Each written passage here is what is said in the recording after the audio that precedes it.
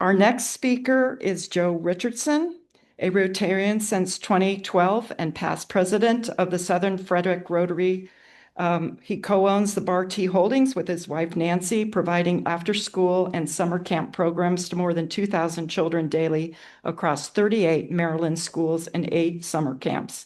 In 2018, he founded Lunch Out of Landfills to address food waste in K through 12 cafeterias. LOOL programs reduce cafeteria waste by up to 85% and recover approximately 9,000 pounds of shareable food per school each year. In 2023, Lunch Out of Landfills donated 15 refrigerators to Montgomery County Public Schools, a program that has since expanded to serve 135 schools, diverting 1.5 million food items annually from landfills, with a goal of reaching 214 schools by fall 2026. Joe serves on the Food Waste Subcommittee of SRAG, collaborates nationally with World Wildlife Fund through its Food Waste Warrior program, and works alongside ReFed, a simple gesture. With nearly 500 million pounds of food wasted annually in the U.S. school cafeterias, his work focuses on changing systems, behaviors, and outcomes nationwide. Please welcome Joe Richardson. I really hope that wasn't 2 minutes of my allotted 20 minutes, because I've got to do this sort of fast. My organization, Lunch Out of Landfills, and one of the things I'd like to impress upon everybody is we have this ability to network with other organizations like the World Wildlife Fund, like ReFed, Kiss the Ground. We reach outside of ourselves to partner and make a profound impact. World Wildlife funded my website, and Pete Pearson, the director of the Food Waste Warrior program, is on my board. The issue is in the United States, we're wasting 30 to 40% of the food that's produced.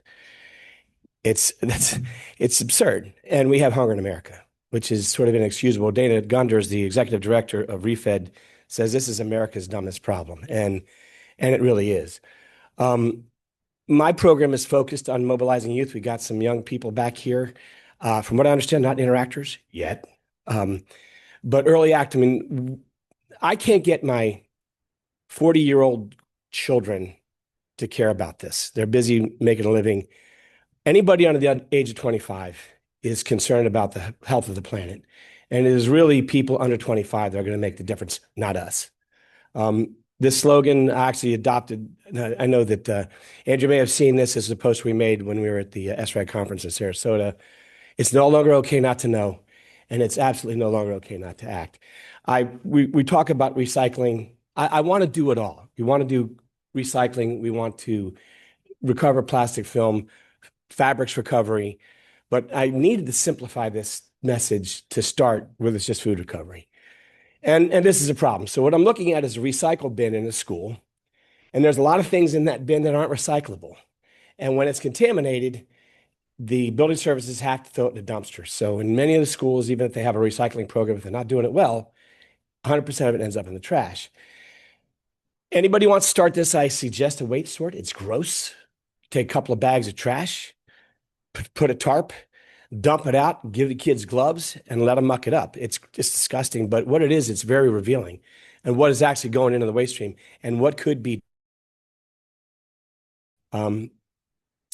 So the other thing that we saw when we were, because we were trying to start compost programs and what is in the trash that we could not send to a landfill. But in 4 elementary schools, we also saw a lot of uneaten food. This is 2 bags out of 8. And yet I'm seeing like 16 milks and tons of apples that were never touched. When we were coming out of the pandemic, there was a big fear about, well, if you touch an apple, maybe you'll spread COVID. And share tables were highly discouraged. They're back in vogue now. But this showed us immediately that there's a problem with food recovery and recoverable food like the apples and things. So we started the program at Lincoln Elementary School. This is one day. There were 76 milks that kids, we instructed them, instead of pouring it out, if you didn't open it, put it in, at the time it was a cooler. We have since evolved to refrigerators because we really want to make sure health department is secure. But that is one day of a Title I school. The average was 64 milks a day. Before the pandemic hit, we recovered 2,508 milks in 38 days. That's 11,000 milks in the school year from one school. And the solution is refrigerators. Once food is issued by food services, they cannot take it back. They won't store it. They've got more stuff coming in, so they've got to channel it. So once you give a child a banana or an apple or a milk, if they don't eat it, if you don't have a share table, there's no place or no option but to throw it away. We're trying to address the perishable stuff. Food service is not going to want to see a milk sitting out for a couple of hours. It's not going to spoil, but it's contrary to their DNA. The other thing I hear from a lot of people is, well, what about liability? What if we get sued? It's like, no, you can't. And if you're going to quote the law, know the law. The Emerson Good Samaritan Food Recovery Act of 1995, which has been fortified since 2018, indemnifies any organization from donating food from being sued if someone gets sick from it. So a big obstacle we have in trying to get this program going is ignorance, and teaching people and just making them aware of this is really critical. So let's do some math. 50 pounds a day, 180 days in the school year. In 2021, we've got 98,000 public schools. Now, that's not even private schools. If we're throwing away 50 pounds of food a day, 887 million pounds of recoverable food is going in the trash in our country from schools every year. Now, WWF is backing off that number a little bit. I mean, they're saying maybe 500,000. We're talking about estimates. But if you're talking about hundreds of millions of pounds, this is something that we need to address. And empowering kids is absolutely the key. If we teach kids to do this in school and model that behavior, they may go home and say, hey, Mom, why are you throwing that banana in the trash? You should compost it. This is sort of the solution. And we have worked with HC Supply. I'll describe a little bit of what our nonprofit is doing.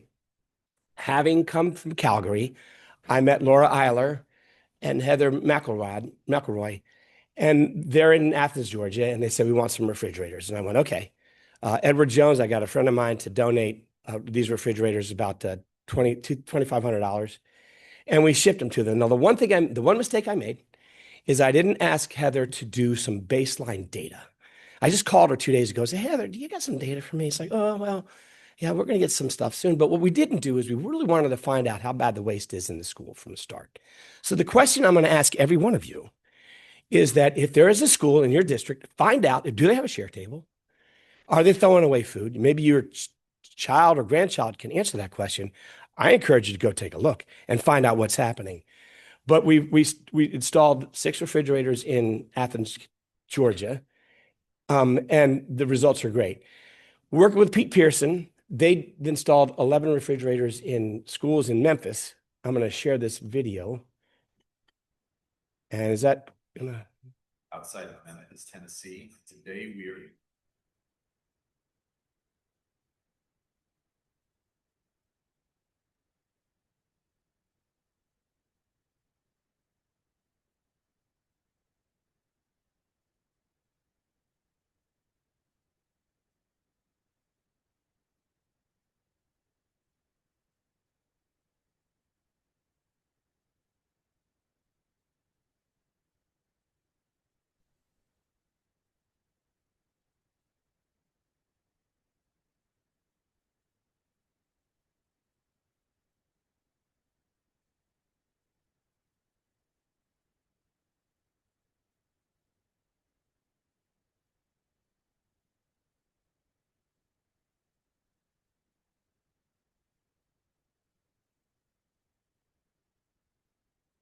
So Pete really, where's the echo from?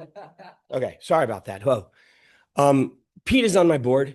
He's on the Lunch Out of Landfills board. And the strength of having the World Wildlife Fund behind me is first off, they gave me $35,000 to build my website, but they also have a national voice. The thing is, their Food Waste Warrior program, as wonderful as it is, serves 1,000 schools in the United States.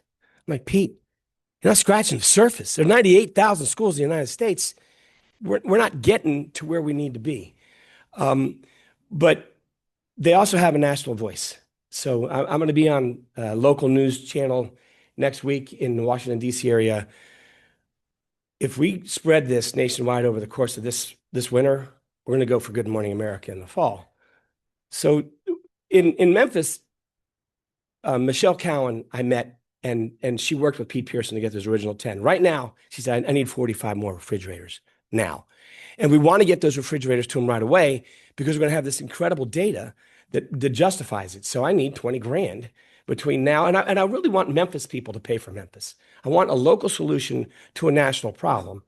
If someone wants to give me $20 million, beautiful. We can take care of it all.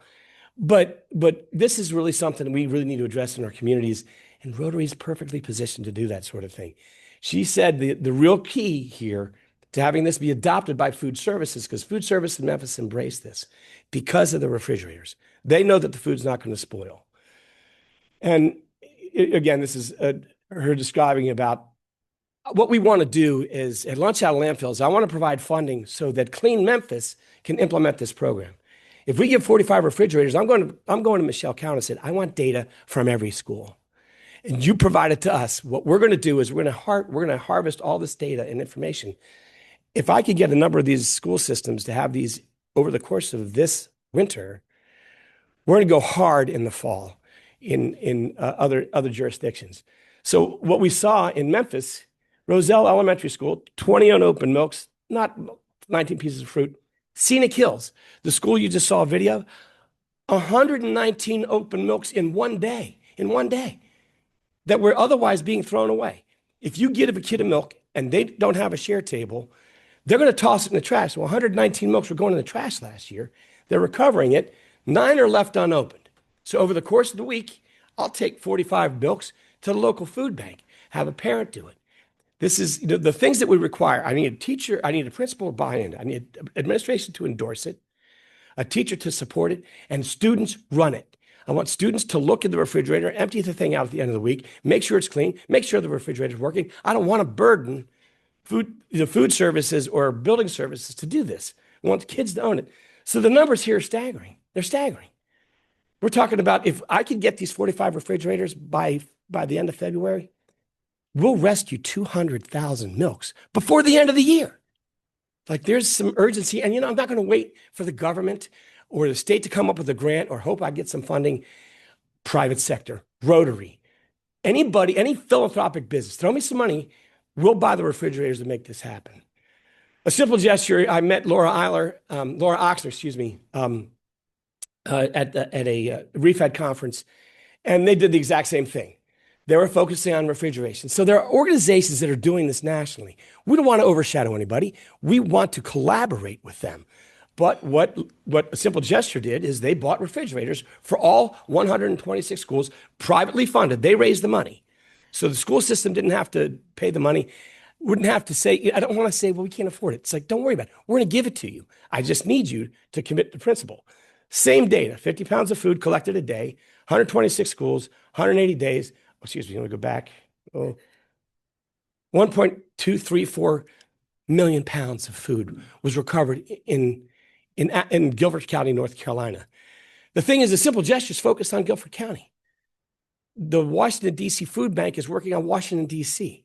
The United LA School District is focusing on schools in LA. We're trying to create a network of funding that we could do this on a national basis. Okay, and you in California have this, okay? This is why I want you guys so bad. You got a law. You have a law mandating this. SB 1383, reduction of 50 pounds of organic waste disposal by 2020. Have you hit it? No. 75% of organic waste by 2025. Not even close. It's 2026. 20% increase in edible food recovery. This is what we're doing. You have a law. It's not funded. There is no penalties for not complying, and there's no instructions to how to do it. So there are some schools in this state that are doing this, but not enough. If we provide the resources, if Rotary and other philanthropic businesses put the money in it, we'll start actually achieving this. You are ripe for the picking. But this law has been around since 2016. A law is not enough. Reimagine Interact. So I got a district governor in here. I got some kids who are not Interact members who are doing some great things. Interact can be the key. Align Interact to a school green team. Churchill High School has 126 members of the environmental club and they have 14 members of Interact. As Rotarians, if we provide meaningful solutions, lithium battery recovery, fabric collections, food recovery, if we could do composting, if we provide those solutions to kids, they'll gravitate to us. You want to grow Rotary? Start in elementary school, but make it happen in high school. We'll have 10 million members in 10 years if we provide these environmental solutions to them. Kids are absolutely the key. I'm old. I've got like 5 more years of doing this before I get senile, but it's going to be students who are going to carry the day. Okay, and there are organizations. 5 minutes. Okay, I'm good. Almost done. There's resources out there. So Project Drawdown. I got really fired up when I met Catherine Wilkinson from Drawdown in 2018. Okay, 80 solutions to reduce carbon emissions and greenhouse gases. It's about drawing this down. They have the solution. They have a great resource for that. I'm a big fan of Kiss the Ground. There's 2 videos, a soil story and a compost story. I love them both. You show a bunch of kids that video in a classroom, they'll jump on it because we have the ability to make this solution. We have to teach it. What's making me crazy is school systems are not teaching climate solutions. They're not even addressing climate change. Why doesn't a school system teach kids what is recyclable and what isn't? Instead, I'm trying to be this outside entity, forcing them to do the right thing, and there's resistance. Building services underpaid, don't have time for this. Or these ignorant objections about liability that aren't valid. It's like we have the resources, we can teach it. It needs to be part of the curriculum.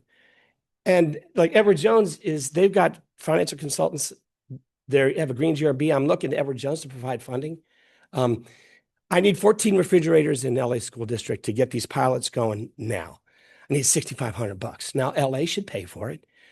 If I had $250,000, all 506 elementary schools in the Los Angeles school district could get a refrigerator. I don't want them to get one until we know that the principals are behind it. If the principal's not backing it, it's going to die on the vine. We want to vet the schools, make sure they're willing to do this, have a teacher who'll support it. And if you teach kids and give them a solution, they're all over it. I've worked with amazing high school students who will carry the torch. We just have to show them the way. And I don't know about that. Okay. We have a website, and on my business cards, where is the QR code? Okay. The website is designed, it's a how-to get started. Get the principal on board, get a teacher to support it. Doesn't have to be a teacher, it could be a building service person, it could be a counselor, anybody in the school to support the students, form a green team, and have them focus on that sort of thing. Then do a waste sort and identify a funding source. It is a simple solution. It's an inexpensive solution. Really, $400, $425 to pay a refrigerator that will recover 11,000 milks in a year. There's hunger in America. How could we possibly allow kids to throw that stuff away and not showing them a better way? And the QR code, I have it on cards. We have a website. We now have a bank account where we can take the funding. We just established a Stripe account. So when you donate, we'll identify where you were, where you want the money donated to. We'll make sure that the principal in the school is ready to accept it. I'm working with HD Supply that gives us a highly discounted refrigerator. We'll make sure it gets shipped. And more importantly, we'll make sure that it's getting used. I had refrigerators I installed in 13 schools in Frederick County. They've unplugged 10 of them.